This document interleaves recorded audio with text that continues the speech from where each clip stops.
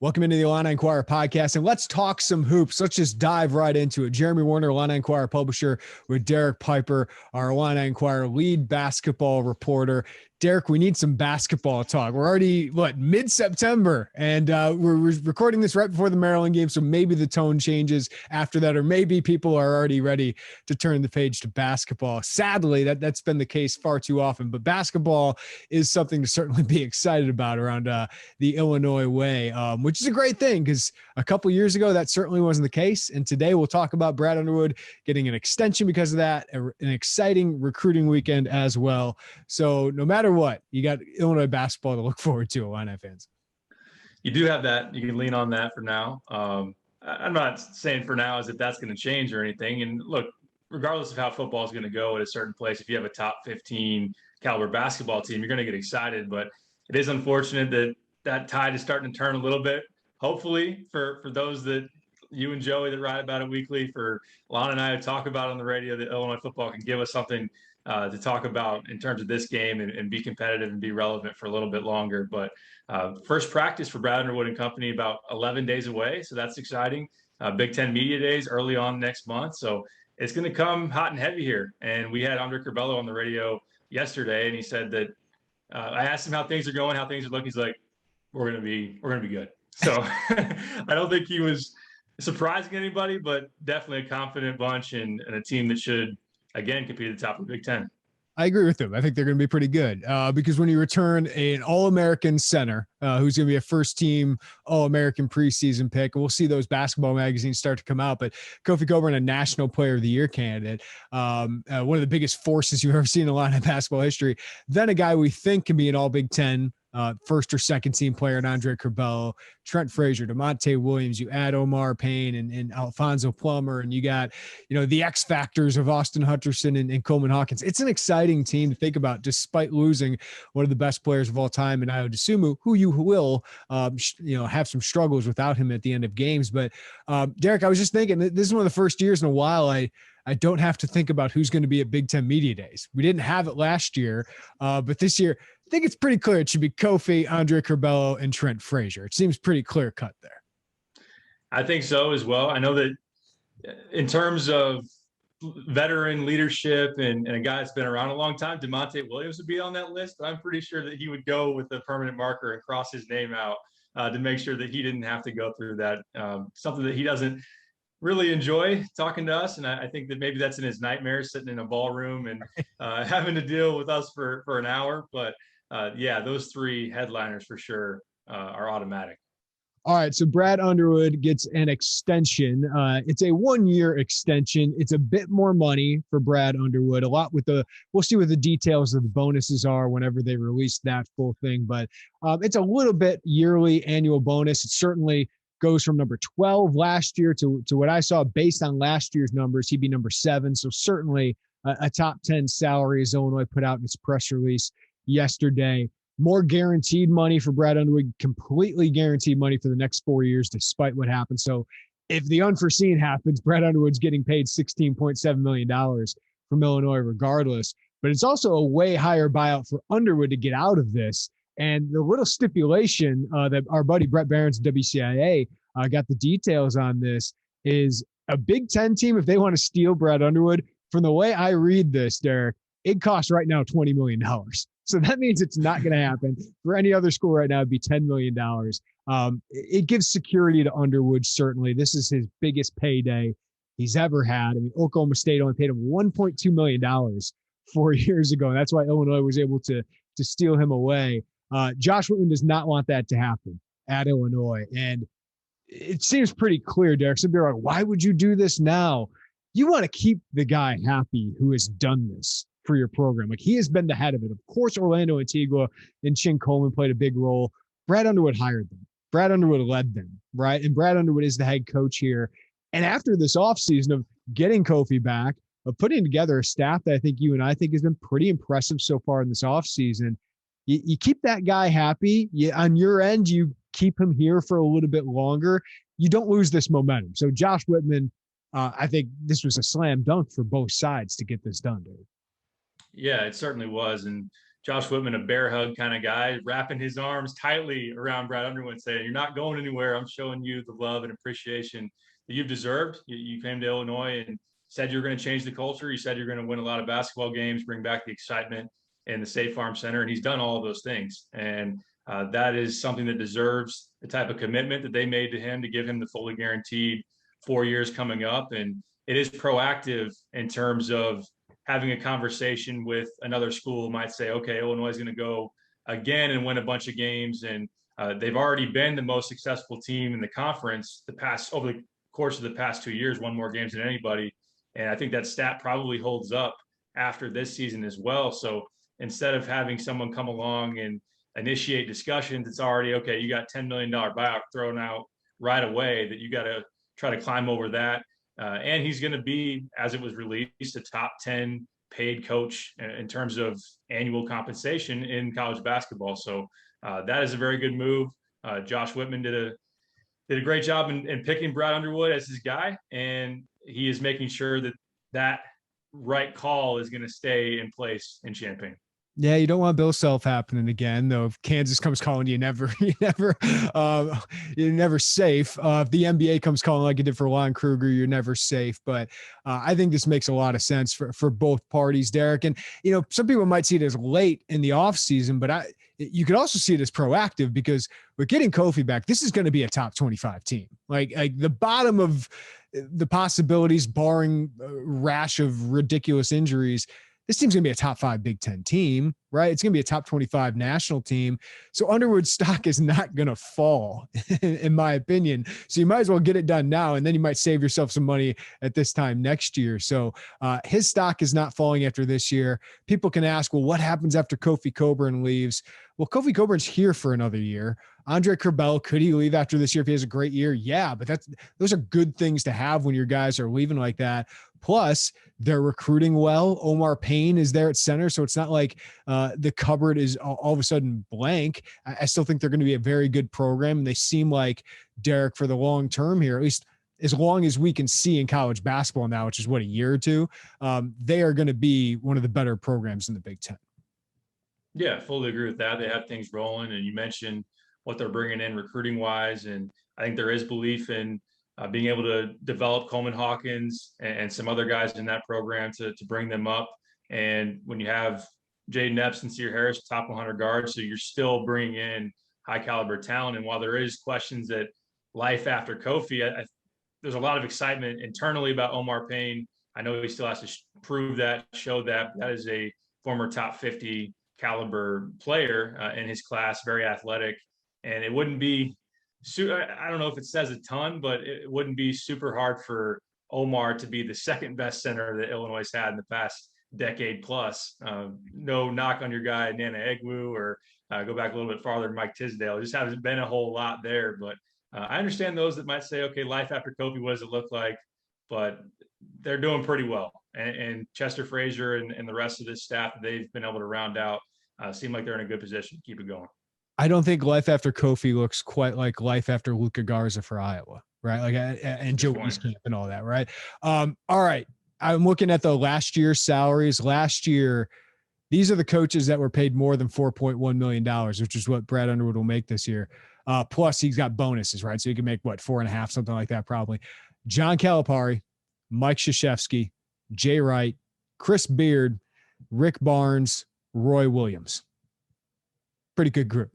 And Tom Izzo. That whole group's gone to the Final Four, right? Everybody in that group's probably been to the Final Four. Yeah, and that's where a lot of fans will be like, hey, one tournament win so far for Brad Underwood. He's only had 2 tournament games, but yeah, that's the next step, obviously, for this program, and we'll see what they can do. But I think it's far too early to label him as a guy like, Mark Turgeon. I get Maryland fans want to win more tournament games. I don't think we're quite there with Brad Underwood yet. So that'll be a discussion for another day. But you don't leave open the opportunity for that guy to leave after you've built up this much momentum, Derek. Fully agree with that. Absolutely. And I think that there'd be a full expectation for this group to be able to advance into that second weekend of the NCAA tournament. And that this is going to be a regular thing now. Illinois' position to be year in and year out, even if they do lose Kofi this offseason, even if they were to lose Curbelo, you would think with the opportunity in the transfer portal and just some surrounding talent say each and every year, hey, this is still a team that can go to the NCAA tournament. That's ultimately what you've been wanting for a program that's not that far removed from a long drought where that was a question year in and year out. All right, Derek, to do that, you got to land even better talent year after year. And Illinois is trying to do that. Good starts to the class of 2022 so far, but they're trying to add some pieces to the front court. Let's talk about one piece they missed on and some other pieces that are visiting this weekend, including some younger prospects, in-state prospects as well. A big recruiting weekend for Illinois basketball. We'll talk about that next on the Illini Inquirer podcast. All right, Derek, sometimes our crystal balls don't work out. I've been there, and I hate to bring that up, but Cam Corrin goes to Florida State. You've said all along that Florida State, once they got involved, that was a scary proposition for Illinois because despite Illinois' success last year, Florida State maybe under the radar somehow for some college basketball fans. They're one of the best NBA factories right now in college basketball. All the lottery picks he's had, including Patrick Williams, Scotty Barnes, top 5 picks the last couple of years, and go on and on about them. But also getting Sweet 16s almost every year. So despite them focusing on their underachieving football program, that basketball program has been fantastic. But Illinois has wasted little time in widening the net there for some centerpieces. But what is the impact of missing on Cam Corrin? It's a pretty big miss. I think that if you were back in the summer and really excited about landing Epps and Sincere Harris, and you're trying to pencil in who's going to surround them in the class, the first name you'd put down is Cam Corrin, just based on the relationship. Again, that it was along the same lines of Chester Frazier, bringing that over when he was hired at Illinois from his pre-established relationships back at Virginia Tech. And I said it throughout the summer, Cam Corrin's comments about his relationship with Chester and how much he liked him and his reactions to Illinois being all in on him were as strong as anybody, stronger than Jaden Epps and Sincere Harris. He said that Chester was like a big brother to him. So I know that we've seen in the past that sometimes that doesn't always lead to commitments at the very, very end. And like you said with Florida State, when they got in with an offer in May, it was clear right at that point that he fits the mold of that long, athletic, big man that Florida State's had plenty of here recently, and the NBA hasn't had enough, right? Like, not enough, no. Because he's a 4/5, right? Like yes. It's like that's the one piece that Florida State has like 8 of them. Illinois is trying to get that one. We'll see if Coleman Hawkins can be that, of course. Right, and they always have that type of mold in the front court, and you pair it with the NBA success when you can sit down and say, hey, in the past 3 years, we've had 6 NBA draft picks, and I think maybe 4 in the first round. That's hard to compete with. I know that really resonated with his family, and ultimately, while Illinois had him and his parents on campus twice for 2 official visits, there was talk like, hey, if we don't shut it down the second time and get a commitment on the visit or shortly after he makes that trip to FSU, we're probably going to be sweating it. And they were able to, them being the Seminoles, close that down. Like you said, they're pivoting and trying to see what else is out there as far as front court options. They're not being desperate, and they are, even for guys that they're getting involved with, still keeping in mind, are they ultimately going to be a take for us? Because they don't want to force the issue and take a big just because they need a big, because there's going to be some reclass potential, and then, of course, in the transfer portal. So Christ Asandoko, that one is hard to say, but out in North Carolina, he's originally from France. They made his top 7. They visited him last week. I don't know that Illinois is pushing there. They're involved. He's a 3-star, mid 3-star type of big man, a lumbering guy, like 6'11", 260, similar to Kofi as far as body type. But I'm not sure that they're going to press. They're just staying in the mix and staying involved. Jackson Kohler is a very skilled post. It's not the best athlete, but kind of Cam Crutwig, a little smaller Luka Garza. He's getting a lot of Big Ten interest, like Iowa official visit, Michigan State official visit. He's taking both of those. A lot of buzz about Sparty here recently. Illinois is trying to push, but they're playing from behind. Then one other one, William Berg from Sweden. Everybody knows that name, or they're trying to at this point. 7'1" big man, does have an offer from Purdue, and Matt Painter does know how to pick him in terms of those just humongous, enormous Isaac Haas kind of Matt Harms big men down low. So if Purdue's interested, Illinois is giving it a look. They offered him, and he's got to wait with COVID and everything, not able to come over to the States and take visits, but he will be interested in doing that, and Illinois will be one of his stops if it gets to that point. Yeah, I know a lot of fans are like, what do you think of this guy? Is this worth the offer? And I'm like, Purdue offered, Matt Painter offered. Yeah, I'll get in on that guy. By the way, Isaac Haas, I mean, we're around Kofi Coburn. Isaac Haas is the biggest and most imposing man I've stood next to in the tunnel of Mackey Arena. Like, just a massive human being. And I haven't stood next to Zach Edey yet, who's even bigger than Isaac Haas. So those are going to be some fun battles, man, in the Big Ten with Michigan, Purdue, Illinois. I think that's why you see those teams are the top three, because their big men are just dominant. All right, Derek, we did wonder, can Tim Anderson, who was a late hire late in the summer, can he make an impact of the class of 2022? Well, this weekend seems like the best chance for that. 4-star Michigan wing Ty Rodgers is taking a visit. Very highly ranked prospect. Michigan and Michigan State, the home state schools, are very in on him, but he's a Mean Streets player. Tim Anderson obviously tied in to the Mean Streets program in Chicago. There was the director of Mean Streets, for those that don't know, for several years. What do you think of Ty Rodgers making this official visit to Illinois? And what do you think the possibilities? Like, how good of a chance does Illinois have him? It says that Tim Anderson's pitch to him is at least resonating. Like, he's really worked it hard. They offered early August, so they watched him during Peach Jam, and he really played exceptionally. I know that Brad Underwood personally targeted him and thought of him as one of his favorite players on the circuit. It's just the question of, is it worth our effort? Are we getting in way too late? Because Michigan and Michigan State had offered the summer of 2020 and had him on campus and everything. But with Tim Anderson having the in with the Mean Streets, he was working it for a month, and then ultimately, when you had the open period, they went out and saw him and were able to lock down an official visit. So to bring him in this weekend, that at least shows that he's open to listening. And I think that he would be a really, really good fit in terms of his toughness, the way he plays, his versatility. 6'6", 6'7", kind of a do-it-all forward. Doesn't shoot the three. Maybe that's the one knock on his game, but they think that he's one of the best, if not the best, two-way player in the class. He's just really, really great defensively with his athleticism, with his length, and he has great instincts. Then he can go to the rim. He's physical. He gets on the glass. They don't have a player like him. They have someone in DeMonte Williams who does some similar things, just hit 4 inches shorter. And they are going to lose DeMonte Williams. They could lose Jacob Grandison after this year. So I think there's a lot of opportunity to sell Ty on in terms of coming in and playing right away. And then having someone he's familiar with, and Tim Anderson, someone that is very involved in the development piece, the development part of the game with his history, his track record. So they do have a good sell. It's just whether or not you can ultimately pull him out of that state. And there is some buzz here recently. There's been some speculation that Ty might want to leave Michigan, that he might be interested actually in going to an Alabama or maybe an Illinois. Xavier's been in there.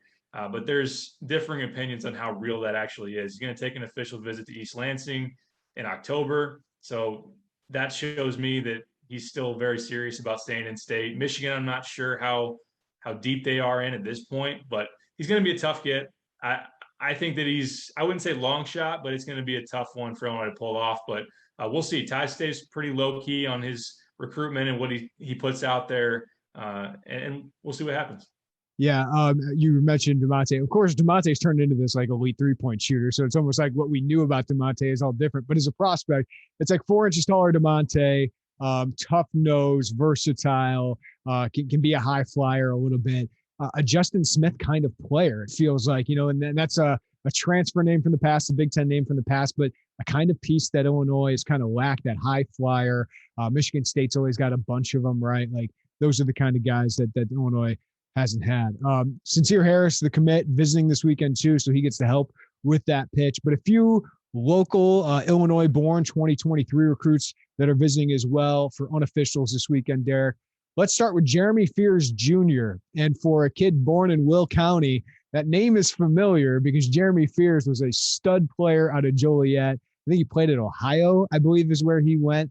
And his son now, Jeremy Fears Jr., is one of the top point guard prospects in the class of 2023. Was at Joliet, then transferred to La Lumiere Prep in Indiana, which we know well from Jalen Coleman-Lands and Shane Hireman and all of that. So Jeremy Fears Jr., another trip. This is a second trip. And given their point guard pipeline that is building at Illinois, it seems still so weird after all those years of not having point guards. This is a good sell. I mean, given what happened with Io, Andres Feliz, and Andre Curbelo, and then Jade Depp's coming up, it seems like the sell's resonating, Derek.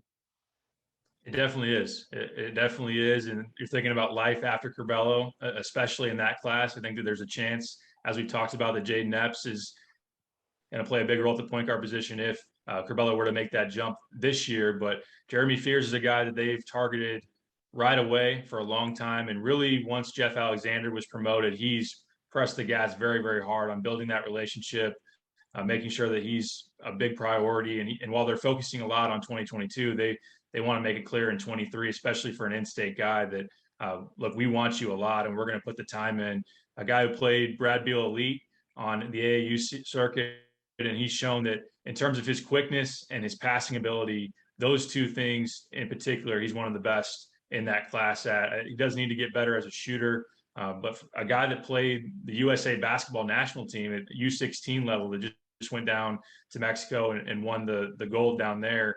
So he is a guy that has a lot of ability. He's being pursued heavily by a couple other contenders in the Big Ten. Michigan, he was just there last weekend for a visit. He's going to Indiana later this month as well. And Indiana is probably Illinois' biggest competition at this point. I think they're neck and neck, and some might say Illinois has a little bit of a lead, a little bit of an advantage. But he would be a really nice guy to just add to the fold and just be part of that pipeline, that whatever you've had going here, and you throw Trent Frazier in the mix as well. Just it's a very attractive style to play. And now you have the track record of guards that have had a lot of success in this system. And I think that's a great sell to a guy like Jeremy Fears. And guards that can coexist and be successful together. I think that's been a great thing for Illinois as well. Last one for you, Derek, before we let you go. Ty Pence, as local of a prospect as you can get outside of, Centennial and Central kids around. And Centennial had that pipeline in the early or late 2000s there. But all right, St. Joseph Ogden kid, really good shooter, long, pretty good athlete as well. Illinois got into this recruitment early with an offer. Obviously, it's very early in this recruitment, but he's visiting this weekend. What do you hear on Ty Pence? I know that Brad Underwood and Chester Frazier were in to see him earlier this week in a workout, and liked what they saw. Obviously, like you said, some of the skill set pieces and his athleticism. He has the length at 6'6". He's a bouncy athlete. He's got great range as far as his three-point shot. I think based on what I saw from him over the summer and back in the spring, I think his off-the-dribble game needs a little bit more advancement. He's getting a little bit more comfortable, especially against high-level athletes, taking them off the dribble. But he's got a good amount of upside, and looks like he can be definitely a system player within the Big Ten. I think he will, as he progresses, if he has a strong summer here coming up next year, might have some other Big Ten options if they even bother spending their time. Because I think the way it's been phrased and what Ty has said, he grew up an Illinois fan, has an Illinois family, like they've gone to games for a long time. If Illinois presses, they'll be able to close this down. That is the belief there. I think they might still be patient on that, still wait a little bit and still evaluate him. But they are definitely keeping that contact up and having him on campus. And they like what they've seen, and he's going to have to continue to show it. But not bad to have a nice prospect like that who, look, I mean, the mid-majors, if he does not go high major, would love to have him. To have that in your backyard is a nice advantage to have. I hate to go the white shooter thing, but Purdue has done this, right? Like Ryan Smith and Sasha Stefanovic, like just good role players that come up big for those guys around some good big men and a good league guard. You need those guys in the program. So it'd be interesting to see how aggressive Illinois gets at some point in this recruitment. 10 days away from practice, Derek. Is it all aboard the Austin Hutcherson train here? Is that what we're doing? I mean, Omar Payne too, getting a lot of buzz, it seems like. Yeah, here recent weeks, no one's been talked about more than Omar Payne. And his roommate, which I found out from Curbelo, is actually Andre. I didn't know that. It is a big part of just letting everybody know that this guy is legit. When I talked to Fletch a couple of weeks ago, hearing that he's got a 7'6" wingspan and what they said was a 44-inch vertical. Like that is just insane. And he's playing really well in terms of what he's bringing at both ends of the floor. He's great in the pick and roll. And Austin Hutcherson, we're not all aboard quite yet. It's been a lot of really good stuff. And even when you'll talk to people around the program, it's still be like, listen, I understand why fans are hesitant. Like, they should be for a guy that hasn't played a game in 2 years, but we can just tell you what we're seeing. I don't know if fans are. You and I are just like, okay, I got to see it first, right? Yeah. It's like, hey, it looks great on paper, and they see the highlight reels. Looks great. You just got to see it in person, but it's great that he's like a huge X factor. That Coleman Hawkins is an X factor because you're so strong at center now with Kofi and Omar Payne. You're so strong at point guard with Trent Frazier and Andre Curbelo. And you have some solid wings coming back. Alfonso Plummer obviously gives you a lot of firepower, but a 6'6" athletic shooter is something they lack. So if he can be that, man, this roster gets even more dangerous. Absolutely. And if there were some different breaks throughout the offseason, say Trent Frazier doesn't decide to come back and say Kofi Coburn decides to stay in the draft and you don't land in Alfonso Plummer, all of a sudden the pressure on Hutcherson really panning out is enormous. And you're going to have that guy really carry a decent burden going into the season and really pan out. Now it's not that if he gets hurt early and don't want to even bring that up with him, because I would like to see him play this out for a guy that's battled that back injury for a long, long time now. But they aren't solely relying on him. Even if he has some struggles, even if it's a slow start, they have other firepower in that backcourt. They have the big man in Kofi they can lean pretty heavily on in terms of offensive production. But he, would just be a huge boost if he does give you, say it's off the bench, 9 points, 10 points a game and shoots a high percentage from three. Like, that would be a really nice thing to have in the mix with Plummer off the bench, Coleman Hawkins, Omar Payne. You'd have more reason, as we've talked about, potential to have a lot of depth. And that is something to be excited about. Yeah, and I kind of we haven't talked about the schedule that much. I'm not a big schedule guy, but I do like that they have 2 exhibitions where a guy like Austin Hutcherson could get 20 minutes, right? Coleman Hawkins could get 20 minutes. Jackson State, Arkansas State to start the season. He can get some meaningful playing time to get some confidence because, with Kofi and Andre Curbelo and Trent and all these guys, you should be able to blow these teams out, right? And then you get to Marquette and Cincinnati and either Arkansas or Kansas State. I like the way that kind of builds up this year, that you have those opportunities.